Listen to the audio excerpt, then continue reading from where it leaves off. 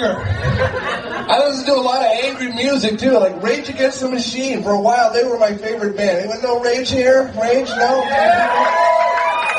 They had something to say. They were angry. And they had that whisper too. And they'd scare the bejesus out of you in the middle of the song. They'd be whispering, you've got to start someplace. What better place than here?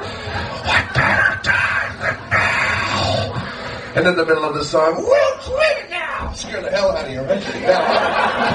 Now I'm thinking, what if bands like Slipknot and System of a Down, if they wrote songs for the young kids coming up? Because kids are going to listen to bands like Slipknot before they listen to their parents. So maybe those bands should be coming out with songs like, you've got to clean up your room.